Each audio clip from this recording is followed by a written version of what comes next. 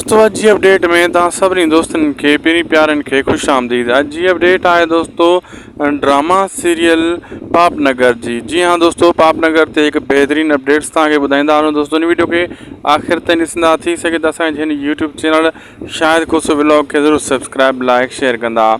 दोस्तों मुहर्रम जे करे 2-3 ॾींहं किस्तां पापनगर जो न आयूं ऐं तव्हां इंतज़ार में ज़रूर हूंदो ऐं हाणे बस किस्त दोस्तों घणो वक्त न लगंदो, छो त अॼु 12 मुहर्रम जी रात आहे, सुबुह 13 मुहर्रम जी रात। इन ॾींहंनि में हाणे किस्तां चालू थी वेंदियूं।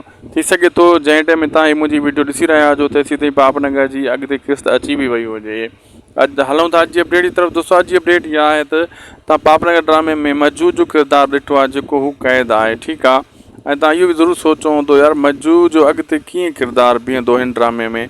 दोस्तों मज्जू जो अॻिते किरदारु बलाज ख़ान ज़ालिम जे ख़िलाफ़ु ऐं बाग़ी जो किरदारु हूंदो।